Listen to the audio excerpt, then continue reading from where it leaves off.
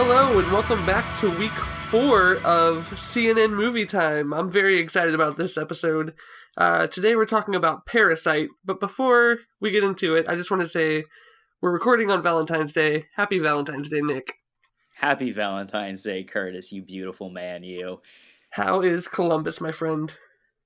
It is very cold today, but it is sunny and beautiful here. How about in Milwaukee? When I woke up this morning, it was -3, so it is 10 degrees now, so I guess that's a little bit better, but I'm still very cold. It's like 20 here, so it's not even that bad. No, we're doing good, and it's supposed to keep getting warmer, so that is a plus. So yeah, let's talk about the Oscars, because Parasite won Best Picture and blew us all away. It sure did. I don't think anybody was expecting that, to be quite honest, especially with how much hype the Joker had behind it. Yeah, this was definitely a long shot. It's one that I and a lot of people definitely wanted to win, but nobody really thought it had a chance with 1917, Little Women, Once Upon a Time in Hollywood, The Joker. There was so much out there that fed more into what the Academy usually looks for. So it was such a nice, pleasant surprise. I screamed when they announced it. I was like, "Yeah!"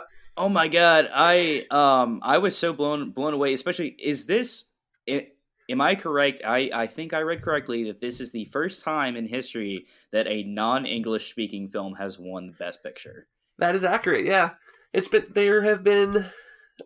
there have been films that have been nominated, but nothing has ever won Best Picture that was not in English. Wow, and this movie absolutely deserved it, every single bit, and it got Best Director as well. Yes, yep, it won quite a few awards, actually. I think it was nominated for 6, and it won 4 of them, so that is a pretty good takeaway. Every bit of this movie deserves it for sure, and anybody who has not seen it, go see it. We're about to spoil a lot of things, so if you have not seen the movie, just be prepared. We're going to analyze a lot of things. And this is definitely a movie that you don't want to know anything about going into. You want to be as blind as possible and just let this story overwhelm you. My sister spoiled a lot of it for me, but stopped at a certain point. So the whole ending portion of this movie was still like a roller coaster ride for me. I was like, what is happening? Yeah, it's one of those movies that just generates so much hype. Like when it first started to come out in bigger cities, and it was super limited. I kept seeing Parasite's so great. Parasite's fantastic. It's mind blowing. All these things that you typically hear when people are seeing a movie for a first time, and they're like the only people that have seen it. And I was kind of cautiously optimistic, like, yeah, I'm ready for this, and it really lives up to that hype. And people are still to this day talking about what a mind blowing and perfect movie it is. It's perfectly structured. It's so great. Everything about it, and the twists are phenomenal in it. They definitely, you don't quite expect them by any means. Like, there's no real sense of foreshadowing within the movie, so these twists are just kind of like, what? Yeah, they really turn everything on its head and make it really becomes a different movie at certain times, and you're like, oh, okay, this is where we're at now. I'm here for it. Well, while we're still talking about the movie, we should probably actually get into the analyzing of this beautiful piece of art now. Yes, Parasite. What do you were just talking about the title and stuff, so why don't you get into that? We'll start. I'll give a little summary of what's going to happen in the movie. We follow this lower income family, and they're very tight knit. They're looking for a job. At one point in time, Kevin's friend Min comes over and brings him this gift of this rock. And he says it's for financial success for the family. And then he takes him out later for lunch and tells him about this opportunity tutoring the daughter of this rich family, Die High, I think her name is. And he said he trusts Kevin with tutoring her because he really likes her a lot, and whenever she's old enough, he's going to ask her out. So Kevin goes for the interview and everything like that, and he has Min's recommendation, so he gets hired. So whenever Kevin gets hired, the wife of the rich family starts talking about how she needs an art tutor for her son Dai Song. So Kevin immediately goes, "Oh, I think I know somebody. I think her name might be Jessica, and that is actually his sister." And he doesn't tell her that. And slowly, the whole entire family gets integrated into working for this rich family, trying to like make more money out of them and everything like that. To the point where the last step is they try and frame the original housemaid for having tuberculosis so they can get their mom to be the new housekeeper. So this is like the climax of the movie too. So they start living up, after the mom gets hired on. The rich family goes away for a camping trip for Die Song's uh, birthday or whatever, and they're all staying in the rich house, like fantasizing about um, everything and how they would live and everything like that. And then all of a sudden, the old housekeeper comes knocking at the door, and this is the big plot twist in the movie. She goes, "Oh, I think I forgot something in the basement." And goes down to the basement, and she has been keeping her husband in this rich family's basement for years and feeding him throughout the week randomly. What? What? Big plot twist. So instead of, letting them be or whatever, and instead of, she that old housekeeper offers the mom some money to keep it quiet and just to give him some food about twice a week. And instead of taking that offer, she goes, "No, I'm going to call the cops." And at that point in time, her family that was listening in falls down the stairs, and the old housekeeper records it, catches it all, and it's like, "Oh, I'm gonna tell Mr. Park, who's the owner of the house, the big rich honcho, basically." So they go back and forth for a while, and then all shit breaks loose, and they get trapped in the house when the family comes home early, and they try and make it out. A lot of shit happens, and then the whole ending sequence of the movie is just crazy. I'm not gonna spoil any of that for you. Yeah, if you haven't seen it, watch it for that last scene because it'll blow your mind. Yeah. So there's quite a few themes in this movie for sure. Social class really sticks out for me Oh yeah. in this one. Curtis, what thoughts on this theme did you have? I just love how expertly every little detail goes towards the bigger meaning of this theme of the class and society and trying to reach for new heights. A big visual representation we hear in this movie and a big theme is crossing the line. There are a lot of times where when they're getting people fired from this family's house, they literally cross a line. So the scene where the maid's outside talking to the wife about her situation and they're firing her, basically, we see it from inside and we're looking through the window. And the moment she gets fired, the maid reaches across and she crosses the windowsill. She crosses the line to the other side, and that's when she's let go. Oh And there are a shit. few moments like that throughout the movie that represent, and they talk about it too, the crossing the line, this crosses a line, that kind of thing.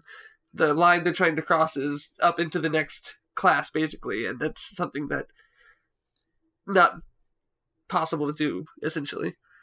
Right. And another big representation of, wanting to cross classes is the gift of this, was it a scholar stone, correct? That Min Yeah, I think that's gave. what they called it. Yeah. Which is a visual representation of in this dream of becoming a different social class. And the son like really holds on to that very dearly. We see him several times throughout the movie. In the first scene, um, he obtains the gift, and then he gets the opportunity to work for this family. And then later on in the movie, um, about halfway through, after the family is all been employed, and he starts kind of making some moves on Die High, which he was told not to. Um, we see him kind of in a scene that was very similar to the beginning of the movie. There is the family's at dinner trying to celebrate, and then a man starts trying to urinate in front of their window.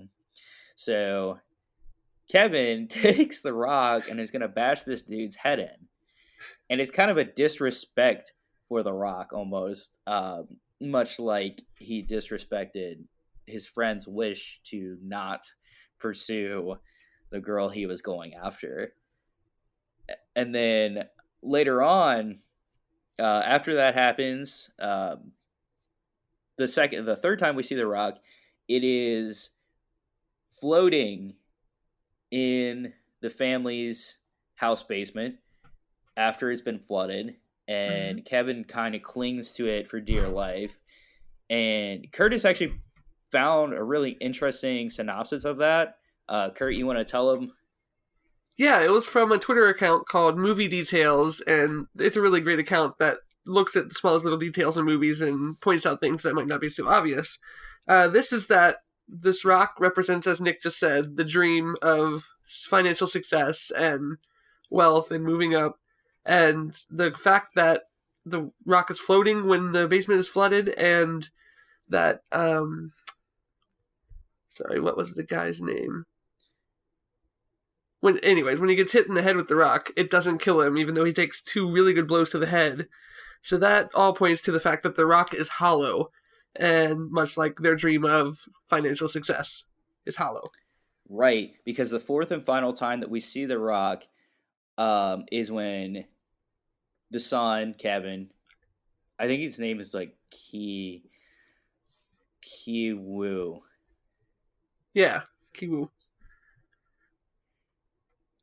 Goes down to the basement to check on the housekeeper and her husband down in the basement, because the housekeeper had gotten a concussion and the the husband had been tied up.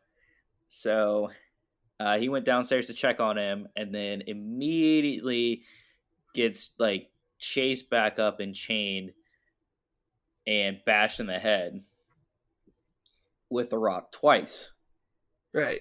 It's basically like there's no way this dream is obtainable for you.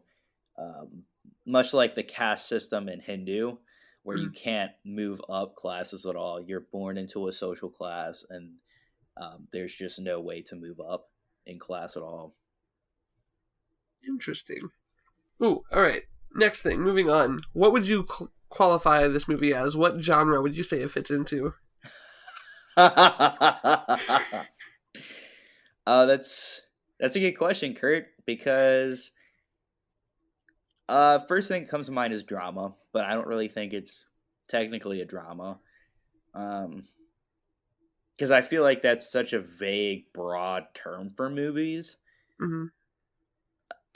I would say it definitely has some comedy in it, like especially at the beginning of the movie. It's very like dark humor.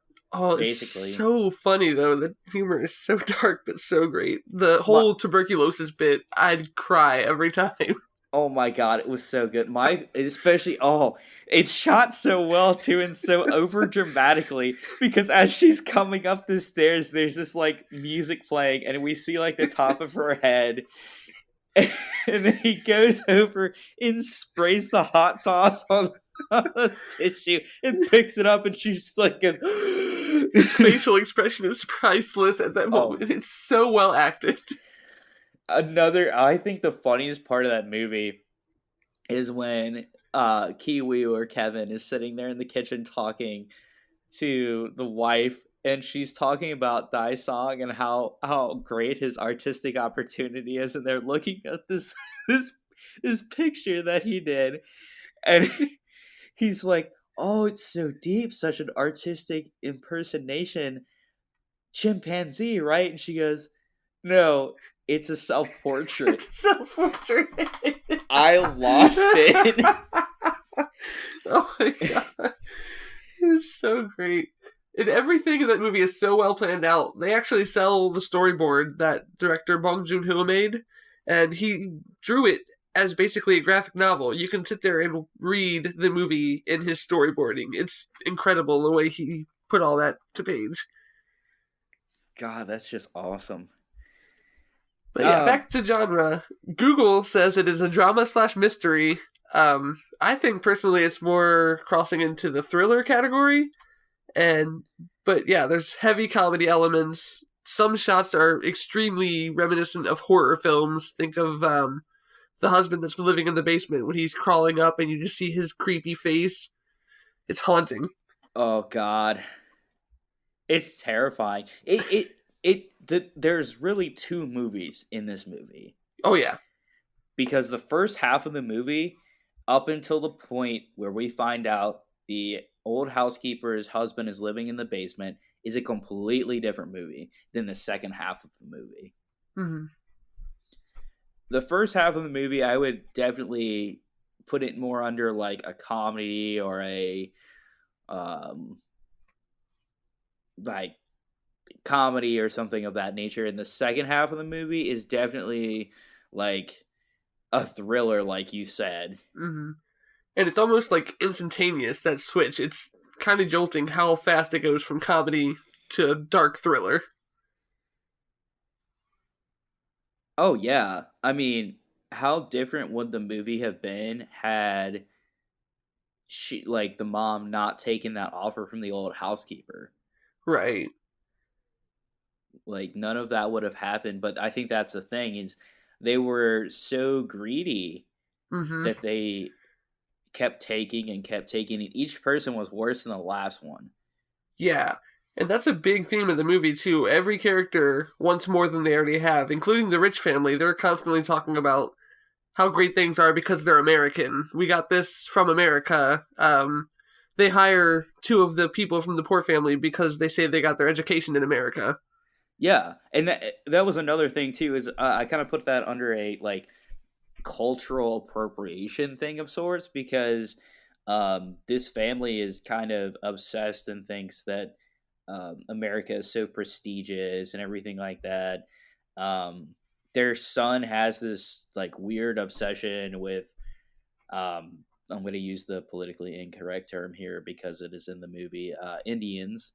I don't know how I feel about all that. How do you think that plays in the movie?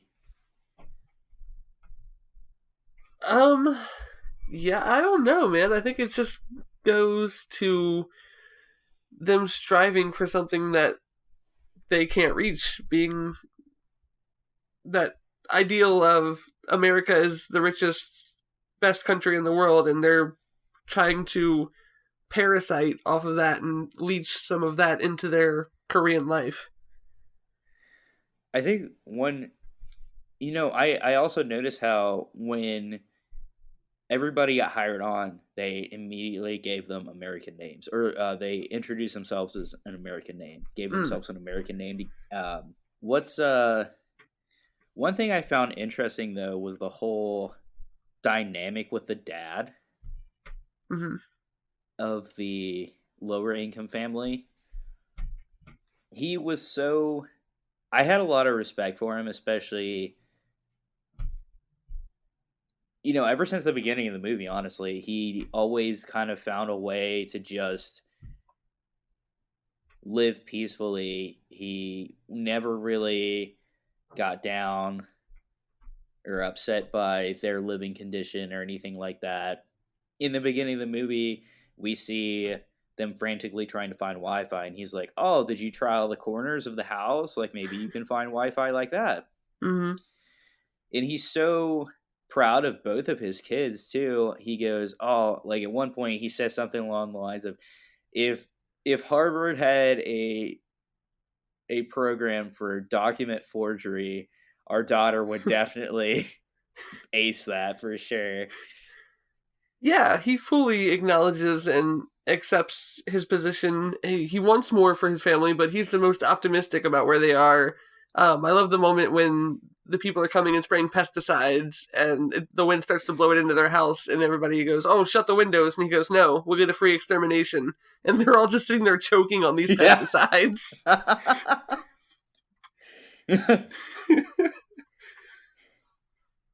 And I think one of the biggest moments for me is, and we kind of see his character and like what his character represents in this exact moment when they're in.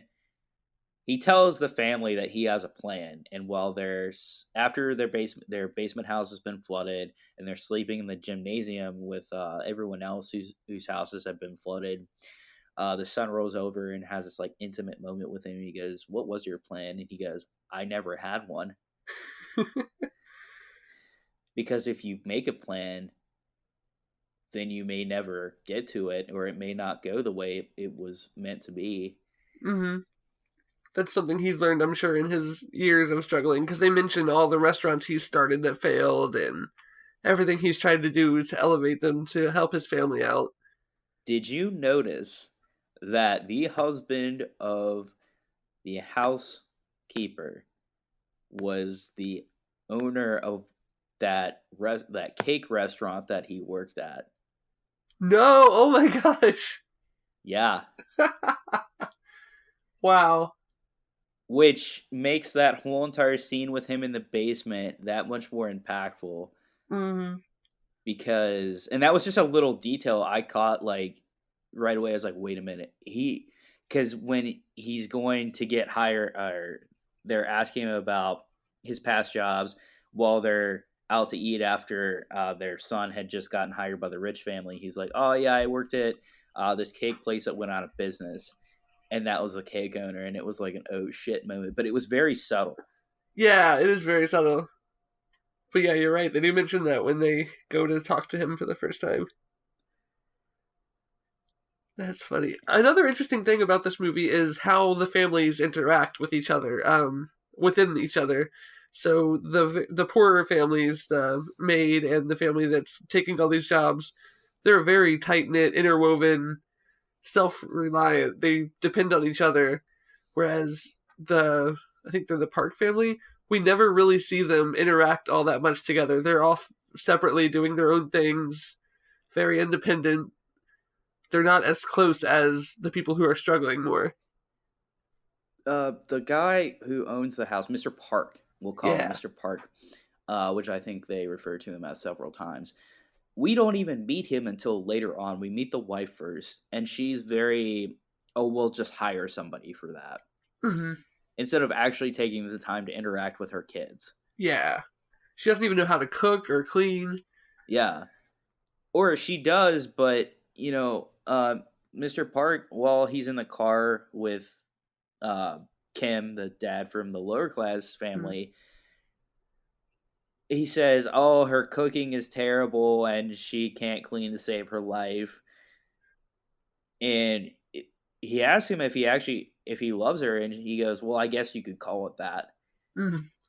Basically, saying that he got married and started a family just because Because he could. it was expected. Yeah, he had all this Yeah, money. He was a successful career man. That was the next step. It was socially what he should do. yeah, and that they almost seem like a commodity to him, like an Hmm. item. Yeah, there is really only one scene where we see the husband and wife in that family get intimate, and it's after they come back and they're watching um, the song outside in his tent, and that's the one time we see them show any much affection to each other. And they're facing away from each other too. Hmm. And they're also like literally getting off on like making fun of poor people. Yep. While the poor family is hiding on the table underneath them. Right. And also, the only time Mr. Park never interacts with the daughter at all. There's Hmm. one scene, and he mentions that the daughter's not looking forward to the camping trip, basically, and that was it. Hmm. And he really only interacts with the son. Right. He There's does kind of play no, favorites, and that's more to the possibly more sexist side that the son is his favorite and the one he pays more attention to. Whereas you look at the other side and in the lower income family, and the dad absolutely fawns over the daughter. Mm-hmm. No, actually, he doesn't. He doesn't really play favorites because he was so proud of his son for getting that job in the first place, and he took him Yeah. out to eat and everything. And then he was also so proud of the daughter for all her document forgery, and then also coming up with a business card and a fake phone number for a company that didn't even exist. Yeah, he almost has this pride for their slightly sketchy uh, tactics because that's what they need to do to survive. He's like, okay, my children are learning from my mistakes. They're not going to fall for the same things I did. They're going to make something better for themselves. Right. Uh,